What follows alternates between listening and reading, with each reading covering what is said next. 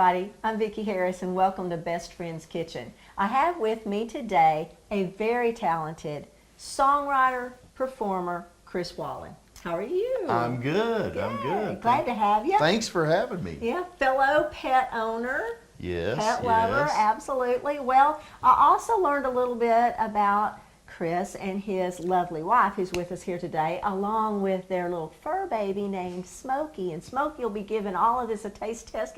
He looked over at me like, oh, you say my name? Is it food? Yeah. So anyway, he will be testing with us here in a little while as well. But I learned something that your wife likes to eat because she has the celiac disease, gluten-free. Is that That's that right. correct? That's okay. correct. Yeah. So we have a gluten-free recipe today that I hope is good for her and good for Smokey as well.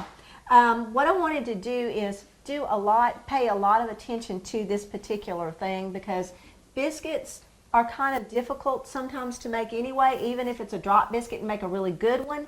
And just because we're cooking things that are friendly for us and your pets, you want them to taste good. You want them to, Right. you want to be able to eat it too. So I wanted to just take a little bit more time. Now, you're probably a little bit more familiar with this than most people are cooking the gluten-free. But we're going to get started today, and I'm just going to outline what we have, and I will do that, and I'm going to let you. The main thing when you're making a really good biscuit is to cut butter. The butter needs to be really ice cold, and you cut that into your dough and it makes it more fluffy. So Right. you're familiar with it. All right, I'm going to let you Okay. do the honors there while I dump in the flour and tell everybody what we've got. Now this is 2 cups of gluten-free flour. Now you can buy Bisquick that's gluten-free that already has the baking soda and the baking powder and things like that, but I decided I wanted to try this brand and see how it worked. So there's 2 cups of flour right there. Then you have a half a teaspoon of salt and a half a teaspoon of baking soda. That's going in. You have a full teaspoon of baking powder. And you have 2 tablespoons of brown sugar. And when you're talking about carbohydrates and things for your dog, we want to talk about sugars just a little bit. I don't know if Right. you're familiar with this or not, but when you're talking about how much carbohydrates should your pet have, and sugar is a carbohydrate, and especially if you're really interested in diabetes or just keeping the sugar levels down and Right, everything like right. that. You're looking at with a medium milk bone, let's just say that's what you feed to your pets. A medium milk bone has 10 grams of carbohydrates in it. 2 tablespoons of sugar has 30. So think about that. You've got 30 milligrams of sugar in this whole thing of all these biscuits, but if you fed them just 1 milk bone, you'd be getting 1/3 of that. So if you're thinking about, is this too much sugar? Absolutely not. It's Right. much less than even a milk bone that you'd feed them. Then we have our dairy. This is, let's see, I think it's 1 full cup. I can remember it's 3/4 cup or 1 full cup. It's 1 full cup of dairy. Now you can use regular milk, you can use the organic 2%, you can use anything you want, you don't have to. But I decided let's just go, there's something else that's really on the minds of people these days is not doing dairy or doing like almond milk or coconut milk or anything like that. You can substitute that here and it really makes it nice, kind of a little sweeter. So this is actually a combination of almond milk and coconut milk, and it's 1 cup. Now, here we go. This is where it's going to get kind of a little bit messy. Yeah, You I go- don't know how big to make these. Well, you're doing good. I'm going to take a little bit at a time. Okay. What your goal is to cut this into the mixture and make it nice and fluffy. And it gets kind of yucky. That's why I decided I would do that and give Chris a break and not make him do it. But I thought it was important that everybody see this, what it's going to be like. Some people like to cut this in the dry flour.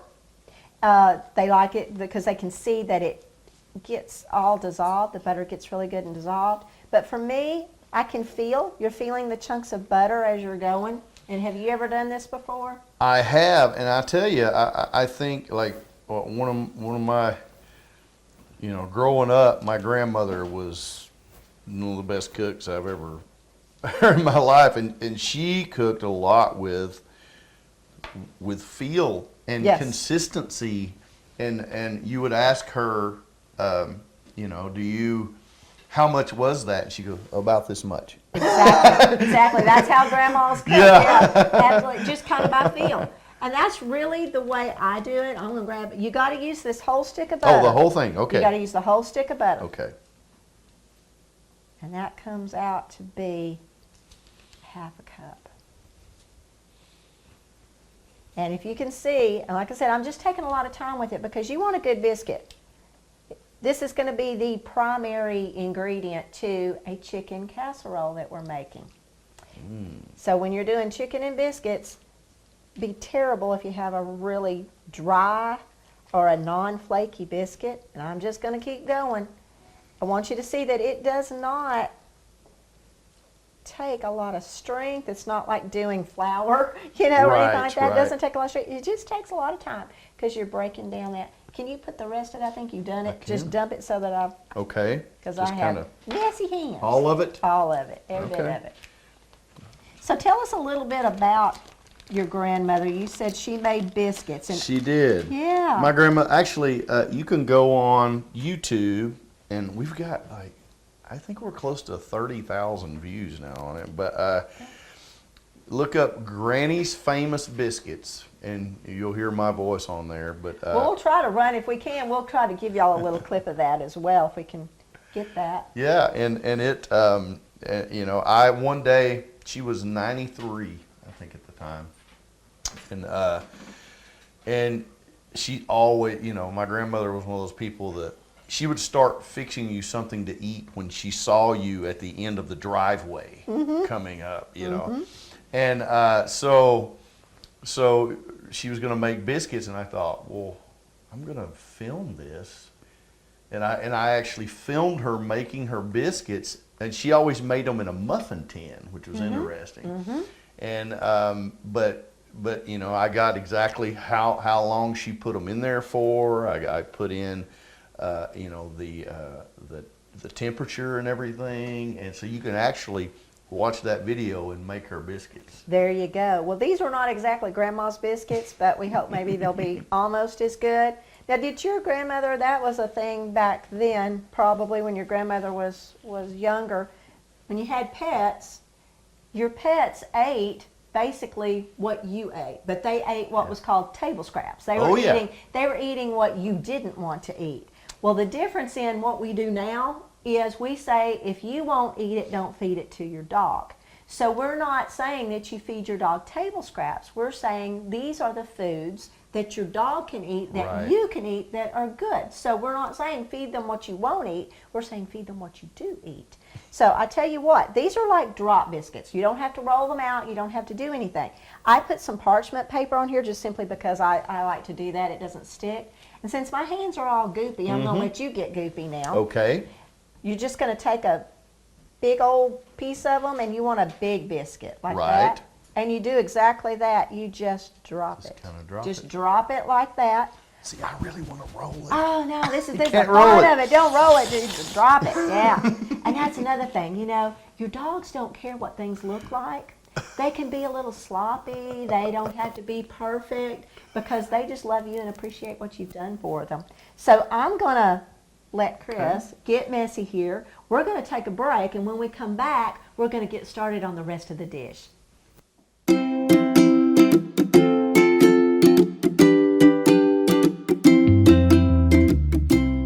Hi, I'm Dr. Kayla Mitchell at Paris Veterinary Clinic. Did you know that grain-free diets can actually be harmful for your pet? With the recent fad in grain-free diets in human medicine, a lot of people are putting their pets on grain-free diets, and unfortunately, we've had a large increase in dogs and cats with heart disease that's related to grain-free diets. So if your pet is on a grain-free diet right now, I encourage you to go speak to your veterinarian and make sure that that diet is okay for your pet. And if you want to do some research in the meantime, you should visit the statement from the FDA that talks about dilated cardiomyopathy from grain-free diets. And if you have concerns, please talk to your vet.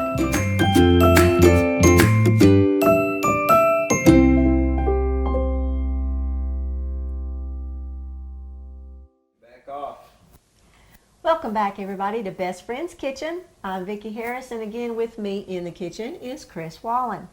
Now, we just made some gluten-free biscuits. They are out of the oven, and I just wanted to go over a couple more things that you and I had talked about several times. Right.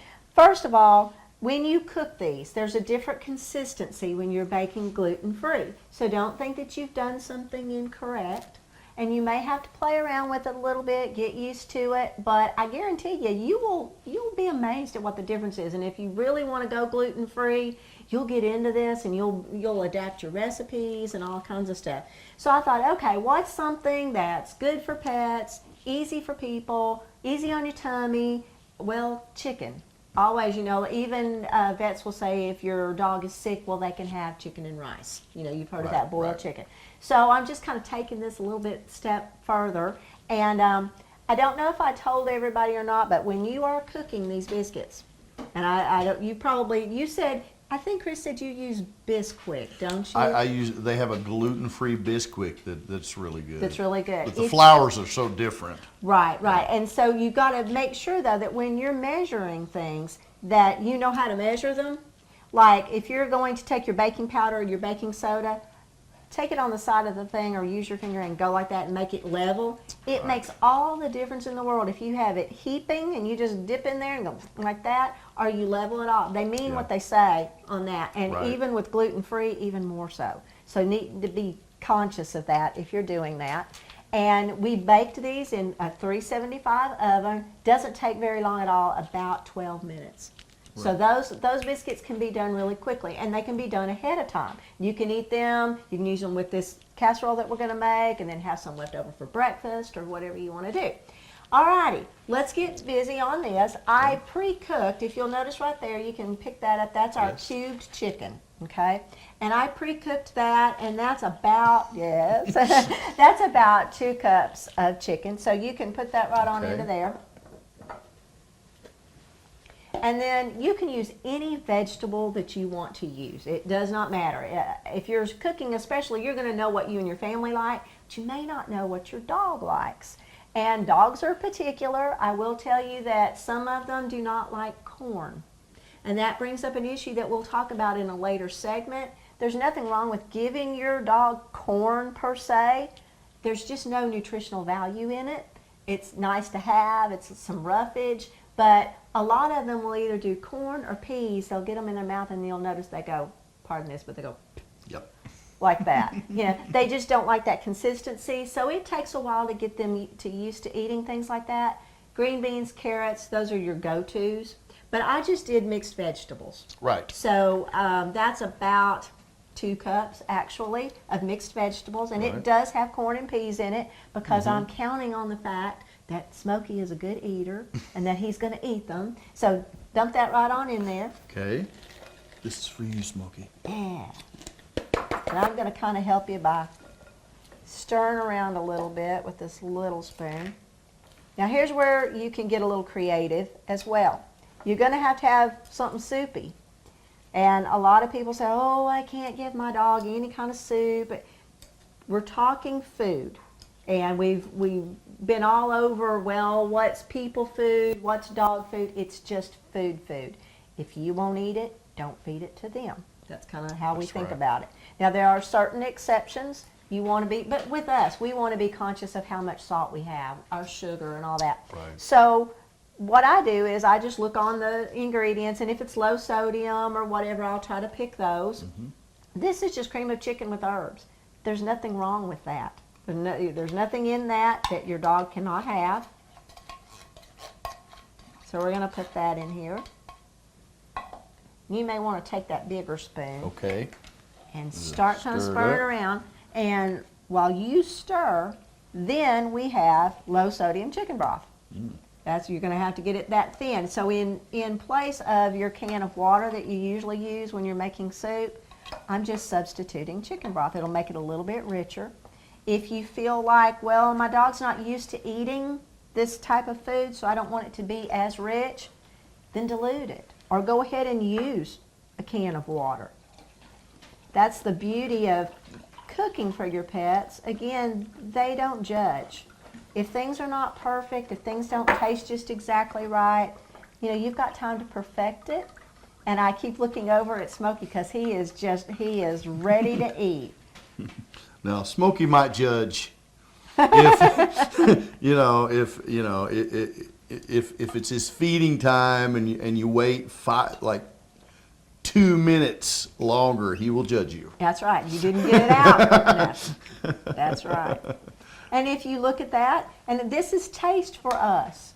So I know from experience in cooking this that this does not need any salt. It's plenty salty enough for us as people and for our pets. So there's no real seasoning that needs to be added to this. If you think, I just want that, I want something else in there, reach right here. Cheese. Cheese, Love very cheese. good for dogs. And I just do that right on in here. It kind of helps Keep doing it thicken it. inside? Yep, Okay. yep. Keep stirring it up. It'll keep that a little bit thicker and just make it more rich. And if you say, you know, I like things kind of spicy. I like pepper in my food. I like something like that. That's fine. Decide how much you're going to feed your pet, and all of that is left up to you doing some research, and I will go through that with you later on in another segment. But you kind of feed this like you would feed dry dog food. If your dog eats 2 cups of food, then they're going to eat 2 cups of food. Right. You know, Right. the only difference is you may find that when they're eating things that are not full of carbohydrates, the processed foods, because processed foods will swell up in their tummies. Yeah. You know, so you can maybe get by with a little less. You might get by with a little bit more, but in the end, they're not metabolizing that as well as they're going Right. to metabolize this. So once they get used to eating this food, you may not have to feed a full 2 cups if they're used to Right, eating it, right. because their bodies are going to metabolize it a whole lot better. And a dog, this is something that you can also feed a cat. I don't know if you know that. Okay. Now, cats are extremely finicky. They may or may not eat it. You may find out, you know, I could do nothing but chicken and the broth. But there's a difference. Did you know that what the main difference in how a cat and a dog eats, Chris? I don't know. Okay. One is an omnivore. We're omnivores. That means we eat anything. A cat is an obligate carnivore, which means they're going to need meat. Their Right. digestive tracts are only about this long. So anything that they eat has to be something that they can digest quickly and get everything that they need from it. Us, we can take things like corn and wheat products and everything because we've got a much longer digestive system. Right. Thus does a dog. So that's why you can do this for a dog, have no problem, but you can also feed it to your cats Oh, very because there's nothing in there that's not going to digest quickly. Right. The carrots and everything may not digest as well, but you know, and they love chicken and that. So that's something you just need to Very try. cool. Yeah. I would also like to be recognized for my amazing technique of spin, Fold.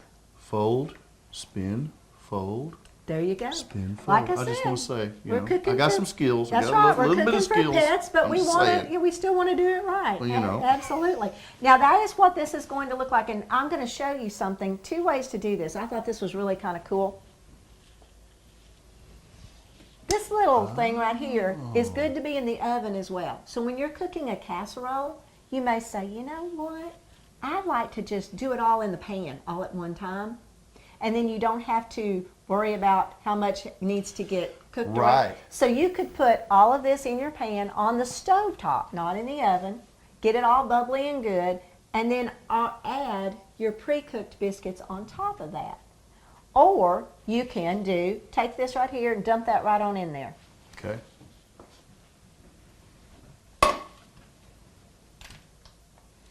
Then you take all of this when it's nice and warm.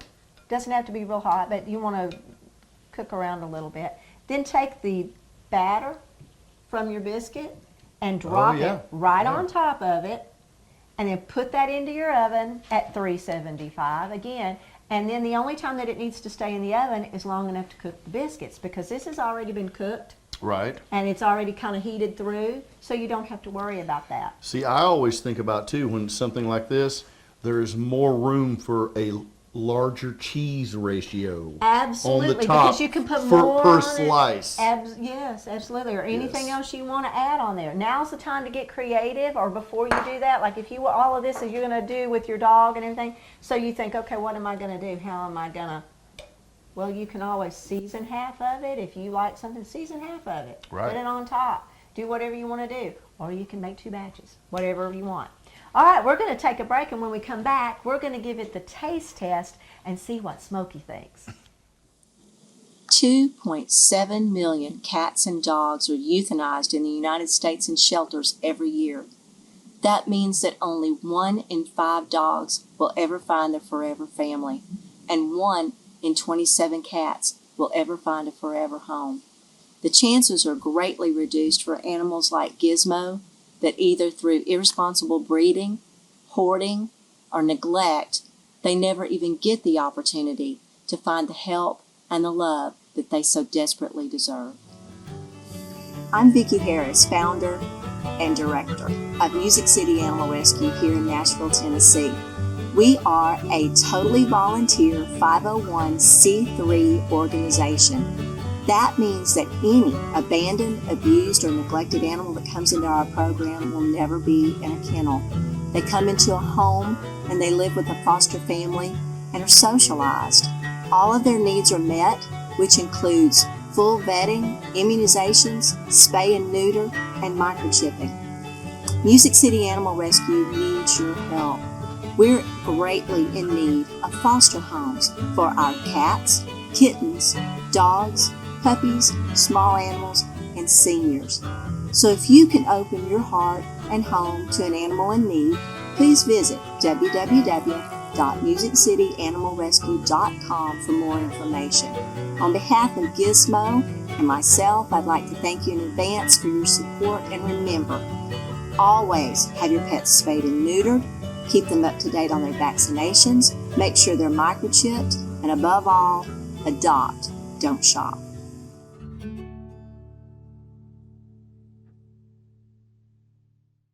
Welcome back, everybody, to Best Friend's Kitchen. This is Vicki Harris, and we're about to take a taste test of our chicken casserole with gluten-free biscuits. So, are you ready? I'm ready. All right, are we going to eat like I the know, dog we could does? just eat like... Okay, now I think we better do it like the people do. Okay, I'll try to dish. Let's see. I'll get you a little bit of the biscuit, a little bit of the casserole. Okay. And you could eat this, actually, I'm doing it on plates so everybody can see. Right. But you could put it in a bowl. You can make it thicker if you say, no, I want something thicker. This is all up to you. That's the beauty of this. Mm-hmm. It's kind of like Grandma and Mama used to make. They just used to make a casserole, and however it came out, it probably never came out the same way 2 times. Right. If my mama made it, it never did, yeah. All right, I'm going to let you go first. Okay. So. Just to recap, this is low sodium, because we used everything low sodium. We did not add salt. We did not add pepper. We added some cheese. That's the only thing that we added that was different. Mm-hmm. They're gluten-free biscuits that we made ahead of time. Mm-hmm. Good for pets, good for people. So we're going to do the drum roll. Okay. Is it edible? Very good. Let's see. That's not bad, is it, for dog food? Very good. Absolutely. So do you feed your dogs any, like, food? Like Well, I nothing? usually don't feed him food, but if I were to, is there a correct way to There do actually it? is a correct way to do that, especially if you have a dog that is maybe 2 or 3 years old. He's been eating the commercial pet food all along, or maybe he even has a certain problem. Maybe he's got digestive issues or something like that, skin issues. And please, this is something, I'm glad you brought that up, because you need to make sure that you take your dog, before you do any dietary changes, that you take your dog to the vet first. Right. Because let's just say that you find out you had no way of knowing, but your dog is allergic to gluten, or, you know, they're pre-diabetic. Any of those things you're not going to necessarily know unless you take them for routine checkups. And not all of us take them yearly for a yearly checkup. So anytime you make any changes, you're going to want to make sure that you take them to the vet. Once they're clear, Then you do a slow process. You're going to take one ingredient perhaps and just say, I'm going to add chicken to their diet. I'm going to use regular kibble, whatever they normally eat. Then we're going to take some chicken and we're going to put chicken on top of it. Right. Usually about a week is what it takes to make sure that it's in their system, that they tolerate it, that everything's good. You say, okay, that's good. Then you move on to another ingredient, green beans, let's say. You add that. You're just slowly, and as you increase this food, you decrease the kibble until they're on a full portion of whatever. Right. And again, I encourage everybody to do your own research because you know your pets much better than I do. You know what your lifestyle is. You might know, well, hey, we just feel like we don't want to give them a lot of rice or whatever. Then you need to find out what you're going to substitute for any carbohydrate. What types of protein? Maybe you don't want to feed them beef. You only want to do chicken, fish, or whatever. Right. And that's going to make a difference in what you cook, and possibly you're going to cook them something a little different than what you cook you. Right. But it's a slow process, but I guarantee you will find a big difference in your dog. It's not to say that they can't have kibble. You always need a go-to food, absolutely. But this is something that will help increase the nutritional value of their food. Right. And it helps us too, because who's got time to cook for us and then turn around and cook something for the dog or whatever? If you can cook for the whole family at one time, then that's the beauty of it. Yeah. There you go. Definitely. All right, so I wonder what Smokey's going to think of all of this. Smokey, say your prayers. Bow your head. Come, Lord Jesus, be our guest, and let this food to us be blessed. I give thanks unto the Lord, for he is good, and his mercy endures forever. Thank you, Lord, for this show, and all the people who helped us have this, and help the other dogs and the other pets. Amen. Oh, is that good, Smokey? You want some more? Want some more? Come on. Yeah, I'm sorry, I'm turning around. Here's my back. Now there's me. There's me eating. Oh, chicken casserole. Good stuff, huh?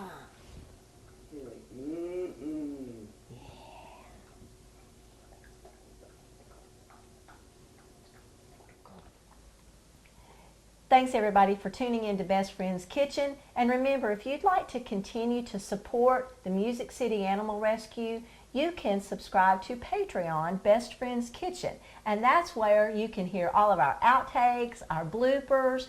And in just a few minutes, I'm going to sit down with Chris and we're going to have a long talk about his career, your dog, everything in your family, just some really interesting information that you just might not know about this wonderfully talented man. So again, I appreciate you being with us, and until next time, thanks for joining us. Bye-bye.